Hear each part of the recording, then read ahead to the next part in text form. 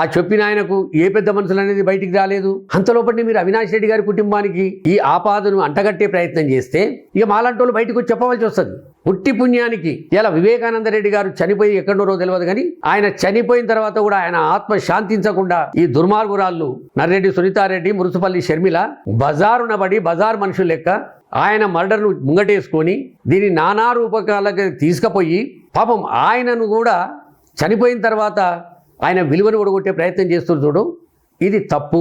నేను ఒకటే కడప ప్రజలకు, పులివెందుల ప్రజలకు, తెలుగు ప్రజలకు, ఆంధ్రప్రదేశ్ ప్రజలకు ఒకటే నేను చెప్పదలుచుకున్నా.